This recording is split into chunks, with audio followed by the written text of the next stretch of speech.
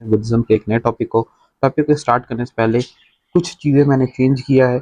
Generally हम लोग क्या करते हैं, बुक या नोट से पढ़ते हैं, जिसकी वजह से हमें बोरियत होने लगती है। उसके बाद हम कुछ इंपॉर्टेंट टॉपिक्स और कुछ इंपॉर्टेंट चीज़ों को भूल जाते हैं। मैंने इसी को माइंड मैप के थ्रू कवर करने की कोशिश की है। इसमें सारी ही चीज़ें आपको कवर अप मिलेंगी। कुछ भी ऐसा चीज़ नहीं है जो कि आप भूलें, सिर्फ आपको इसको देखना है और रिवाइज करना है। चीज़ें आपकी क्लियर हो जाएंगी। इसके अलावा आपको कुछ नहीं करना है, सिर्फ आप चाहे तो इसके बाद आप पीवाईक्यू दे सकते हैं। आइए शुरू करते हैं सबसे पहले अपना पहला टॉपिक, जो कि है बुद्धिज्म। बुद्धिज्म स्टार्ट करने से पहले जरा हम देखेंगे कि जो रीजंस क्या थे, कोई नए रिलीजन फॉर्म होने की क्या जरूरत पड़ी, कौन से ऐसे कारण थे जिसकी वजह से नए रिलीजियस फॉर्म हुए। हमें देखने को मिलता है सबसे पहला कि रिएक्शंस ऑफ वैदिक कॉम्प्लेक्सिटी। उस टाइम जो भी धर्म प्रचलित था वो धीरे धीरे इतना ज़्यादा पेचीदा हो गया था और लोगों को उसे समझने में बहुत ज़्यादा मुश्किल हो रही थी। इस वजह से लोग क्या किए कि धीरे धीरे बुद्धिज्म की तरफ गए, क्योंकि बुद्धिज्म थोड़ा सिंपल था और चीज़ों को एक्सेप्ट कर लेता था। दूसरी तरफ और हम अगर पॉइंट्स देखें तो दूसरा देखने को मिलता है opposition to the caste system. Opposition जो हमारा जो कास्ट सिस्टम था वो prevalent in Hindu society and create करता था सोशल इक्वालिटीज कि upper class, lower class, middle class, ये इस सब में बटा हुआ था। लेकिन जो बुद्धिज्म था ऐसा कुछ नहीं था, उसमें कोई भेदभाव या फिर असमानता जैसी चीजें नहीं थी, सभी को एक जैसा माना जाता था। दूसरा कारण क्या था, use of popular language. Popular language मतलब बुद्धिज्म और जो उनके फॉलोअर्स थे वो यूज क्या करते थे, पाली लैंग्वेज, ठीक है, which was language of common people, जो कि कॉमन पीपल का लैंग्वेज हुआ करता था, रेदर देन संस्कृत। ओके, जो लैंग्वेज थी ना, जो संस्कृत लैंग्वेज थी वो लिस्टली लोग यूज किया करते थे, मतलब अपर क्लास के लोग सिर्फ इसको यूज किया करते थे। ये यही कुछ ऐसे मेन कारण थे जिनकी वजह से बुद्धिज्म तेजी से ग्रो किया। आइए स्टार्ट करने वाले का तो देखते हैं किसने किया था, गौतम बुद्ध ने किया था। उनकी पहले हम लाइफ देखते हैं, कैसी थी उनकी लाइफ। बर्थ हुआ था 566 बीसी में। कहाँ हुआ था, लुम्बिनी में, नियर कपिलवस्तु, नेपाल। फादर कौन थे उनके, सुशोधना थे। कौन थे ये रूलर थे साक्या ट्राइब के। ओके, मदर कौन थी, मदर उनकी थी महामाया। महामाया की डेथ हो गई थी after 7 days, 7 days after his birth. Gautam Buddha का जब जन्म हुआ था उनके 7 दिन बाद उनकी मदर की डेथ हो गई थी। फिर जो प्रजापति गौतमी थी, जो उनकी आंट थी, वो बनती हैं सबसे पहली नन, वही उनको पाली थी, वही उनको बड़ा की थी। तो ये वो थी प्रजापति गौतमी। उनकी स्पाउस कौन थी, यशोधरा। उनका एक लड़का भी था, लड़के का नाम था राहुल। और टीचर थे उनके, टीचर, दो टीचर फेमस थे जिसको हम लोग जानते हैं। पहले टीचर का नाम था अलकारा, और अलकारा कालामा, और दूसरा थे उदका रामापुत्ता। ये इनकी कुछ लाइफ किनके इर्द गिर्द घूमी, इसके बारे में इंफॉर्मेशन है। आगे हम चलते हैं, उनके कुछ इंपॉर्टेंट लाइफ इवेंट्स में क्या क्या हुआ था, जिसको हम लोग किस किस नाम से जानते हैं, पंचा महाकालयान, इस नाम से हम लोग जानते हैं। इनकी जो भी चीजें हुई थी, बर्थ कहाँ हुआ था उनका, नेपाल में। हम लोगों ने ऊपर देखा एक रेनुकेशन, जिसको हम लोगों ने बोलते हैं महाभिषेक निकर्णम। इसका अर्थ होता है सब कुछ त्याग देना। उन्होंने जब गौतम बुद्ध 29 साल के हुए थे तो अपना सब कुछ त्याग के और सत्य की खोज में निकल पड़े थे। कहाँ से निकले थे, उस टाइम उनका जो सिंबल था वो क्या था, हॉर्स, ठीक। फिर उनको अलाइनमेंट कब होती है, जिसको हम लोगों ने बोला निर्वाणा, कहाँ पे, बोध गया में। उसका सिंबल क्या था, बोध ट्री था, बोधि ट्री। फर्स्ट सरमन कहाँ देते हैं, सारनाथ में। किस टॉपिक पे देते हैं, धर्म चक्र परिवर्तन। उनका जो सिंबल था उस टाइम क्या था, व्हील। फिर उनका एक जो लास्ट हुआ था, महापरिनिर्वाणा, अर्थात मतलब डेथ, कहाँ हुई थी, कुशीनगर में, यूपी में। और उनका जो सिंबल था क्या था, स्तूपा टू फुटप्रिंट। ये इनका ये जो था, ये सिंबल्स थे। आइए आगे चलते हैं, हम देखते हैं जब गौतम बुद्ध का अलाइनमेंट हुआ उन्होंने कुछ बातें की। उनके कुछ एट फूल्स पाथ्स थे जो उन्होंने दिए। सबसे पहला था right to vision. Right to vision में ये बताया गया कि understanding the nature of reality, reality को जानो, सच्चाई को जानो, क्या सच है उसको देखो। इसी तरह हमारा अगला था राइट थॉट्स और एटीट्यूड। राइट थॉट्स और एटीट्यूड में इन्होंने बताया कि पॉजिटिव रहो, भावनाओं को समझकर अच्छे कार्य करो, लव कंपैशन को शो करो। इसी तरह अब आगे चलते हुए राइट और होल स्पीच। राइट और होल स्पीच को वो बताते हैं कि सच बोलो, स्पष्ट रहो, क्लियर रहो, और दूसरों को मोटिवेट करते रहो और नुकसान ना पहुंचाने वाली बातें करो, ठीक। अगला उन्होंने बोला right to integral actions. Right to integral actions में इन्होंने कहा कि सही काम करो, नैतिक नियमों का पालन करो मोनास्टिक ऑर्डर्स में। अगला हमारा था राइट और proper livelihood. Right to proper livelihood, उन्होंने ये बताया कि ईमानदारी से ईमानदारी से और दूसरों का शोषण किए बिना, नॉन एक्सप्लॉइटेशंस किए बिना चीज़ों को आगे बढ़ाते हुए चलो। अगला हमारा था राइट एफर्ट और एनर्जी। राइट एफर्ट और एनर्जी में उन्होंने ये बताया कि सही दिशा में प्रयास करो, अपनी जो एनर्जी है, अपनी जो ऊर्जा है, उसका सही उपयोग करो, ये इन्होंने बताया। अगला था हमारा राइट माइंडफुलनेस और थॉट अवेयरनेस। राइट माइंडफुल और थॉट अवेयरनेस में उन्होंने ये कहा कि अपने विचारों और जो भावनाओं के प्रति जागरूक रहो और खुद को सेल्फ खुद को ऑब्जर्व करो कि एक्चुअली चीज़ें हो क्या तुम और चीज़ें कैसे चल रही है। अगला हमारा जो लास्ट था राइट कॉन्सेंट्रेशंस और मेडिटेशंस। ध्यान ध्यान करो चीज़ों को और अपनी चेतना को नियंत्रित करने की कोशिश करो। तो ये इनके कुछ एट फोल्ड्स पार्ट थे जिनको बाकी सभी को उन्होंने बोला कि फॉलो करने को, जिससे चीज़ें थोड़ी आसान हो जाए। अब हम आगे चलते हुए देखेंगे टीचिंग्स ऑफ बुद्धिज्म।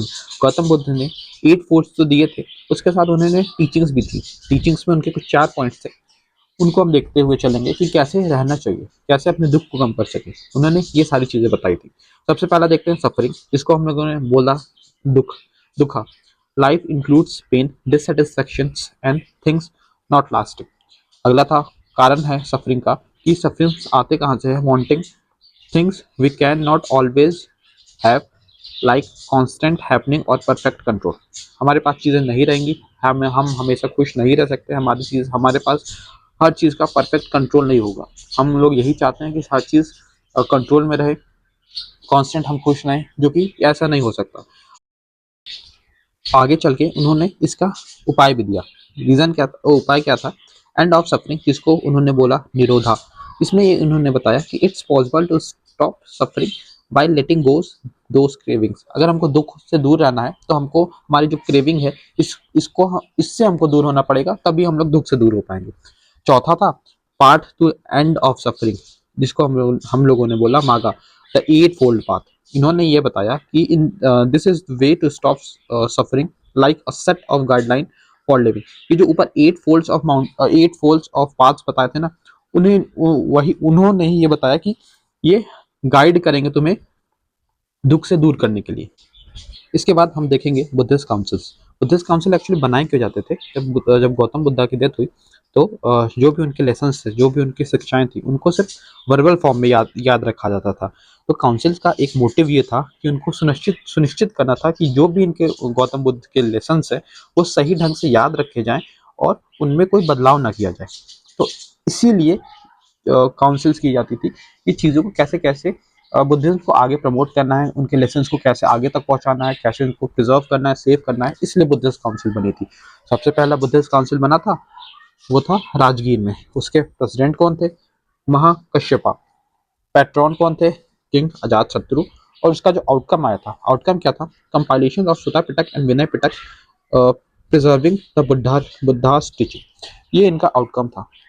इसी तरह हमारा अगला बुद्धिस्ट काउंसिल कहाँ होता है, अगला होता है वैशाली में। प्रेसिडेंट थे साबाकामी और जो पैट्रॉन थे किंग कालाशोका। इसमें आउटकम क्या आया, address dispute regarding the monastic practices leading too early divisions with in the संघा। जो तीसरा बुद्धिस्ट काउंसिल था उसका वेन्यू था पाटलिपुत्र। प्रेसिडेंट थे मोगलीपुत्ता टीशा और पैट्रॉन जो थे अशोका। आउटकम क्या है, कंपाइल किया गया ऑफ अभिधान पिटक एंड प्यूरिफिकेशन ऑफ संघा, ये इसके आउटकम थे। फोर्थ बुद्धिस्ट काउंसिल जो थी वो हुआ था कश्मीर में।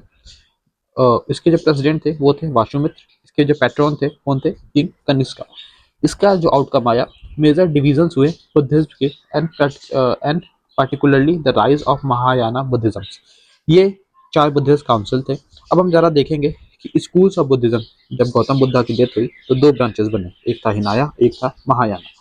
हिनाया जो था इसका मीनिंग था लिटरल लेसर व्हीकल, और ये था ग्रेटर व्हीकल। ये एंटी चेंजर्स थे पर ये प्रो चेंजर्स थे। ये नहीं मानते थे, do not accept the existence of God and soul. ये नहीं मानते थे भगवान और आत्मा को, लेकिन ये मानते थे वर्शिप एज अ गॉड। ये बुद्धा को एज अ भगवान देखते थे। ये मानते थे बिलीव इन इंडिविजुअल सैल्वेशन, जबकि इनका मानना था hold that salvation without any efforts. मुक्ति मोक्ष मिल सकता है बिना किसी एफर्ट किए बिना। और इनका मानना था कि व्यक्तिगत मोक्ष पे विश्वास किए रखते थे। इनकी जो लैंग्वेज थी वो पाली थी, और जो महायान की लैंग्वेज थी वो क्या थी, Sanskrit. Have know believe in future Buddha, ये नहीं मानते थे कि फ्यूचर में कोई ऐसे बुद्धा होंगे। और ये मानते थे worship of Maitreya is found. अगला हमारा है, इन्होंने ये बताया कि गिव इम्पोर्टेंस ऑफ संघा। और ये जो महायाना था ये एम्फोसाइज करते थे ऑन इंडिविजुअल्स पे। तो ये दोनों में डिफरेंस थे। आइए देखते हैं कि त्रिपिटक्स को देखने से पहले हम लोग देखते हैं है क्या था। ये जो था ये ओल्डेस्ट और मोस्ट इम्पोर्टेंट स्क्रिप्चर था बुद्धिज्म का, जिसको एक्सेप्ट किया गया था by all the Buddhist sects के द्वारा। सबसे पहला है हमारे पास विनय पिटक, सुता पिटक और अभिधाम पिटक। विनय पिटक इसका है बास्केट ऑफ डिसिप्लिन, इसमें बताया गया। सुता पिटक में है बास्केट ऑफ डिस्कोर्सेस बताया गया है। इसके बाद अभिधाम पिटक में बास्केट ऑफ हायर टीचर्स के बारे में बात किया है। अगर हम इसको देखें डिसिप्लिन में, तो इसमें बताया गया है, रखा गया है rules and regulations of Buddhist monk and nuns के बारे में। रूल्स एंड रेगुलेशंस बताए गए हैं। इसमें इंक्लूड किए गए हैं पट्टी मुक्का अ set of 227 rules for Monks. ये बताया गया है विनय पिटक में। इसी तरह सुता पिटक में रखे गए हैं बुद्धिस्ट टीचिंग्स को इन फॉर्म ऑफ डायलॉग्स के फॉर्म में रखा गया है और सरमन्स के फॉर्म में रखा गया है। इसको 5 पार्ट्स में डिवाइड किया गया है, जिसको हम लोग बोलते हैं निकाय। पहला है दिगा, दूसरा है मजहीमा, और तीसरा है समयुता, चौथा है अगुत्तरा, और पांचवा है खुदा का। इस तरीके से सुता पिटक में 5 जो है निकाय हैं।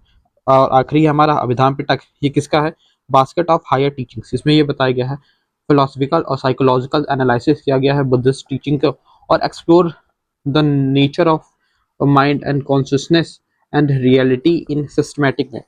इसमें ये रखा गया हायर टीचिंग्स में, इसमें बताया गया है साइकोलॉजिकल फिलोसफर एनालाइज करके जो भी बुद्धिस्ट टीचिंग्स बुद्धिस्ट के द्वारा दी गई टीचिंग्स थी। तो ये है हमारे कुछ त्रिपिटक्स। इसी तरह हम आज देखते हैं रीजंस क्या था डिक्लाइन होने का बुद्धा का इंडिया में। सबसे पहला था सोशल और इकोनॉमिकल फैक्टर्स। हम देखते हैं हिंदू कास्ट सिस्टम्स गेन करे थे अपनी डोमिनेंस। इसी तरीके से इन्वेजन्स एंड डिस्ट्रक्शंस, हुना इन्वेजन्स वीकेंड बुद्धिस्ट सेंटर। अगला हमारा था इंटरनल वीकनेस थी, राइवलरी थी हिंदूज में, और लॉस ऑफ रॉयल पैट्रोनेज। एक एक करके आइए देखते हैं। इंटरनल वीकनेस में हम देखें मॉन्ग जो थे बिकम आइसोलेट हो चुके थे, कॉमन पीपल से अलग हो चुके थे। राइवलरी थी हिंदुइज्म में, भक्ति movements made Hinduism more accessible बन चुका था, भक्ति मूवमेंट था। इसी तरह हमारा लास्ट था royal loss of royal patronage, जो गुप्ता रूलर्स थे फेवर थे हिंदुइज्म के। इसी तरीके से हमारा कंप्लीट होता है कंप्लीट बुद्धिज्म्स का। अगर आपको ये लेक्चर पसंद आया तो प्लीज़ दोस्तों के साथ शेयर करिएगा, और प्लीज़ लाइक शेयर और सब्सक्राइब करिएगा टू माय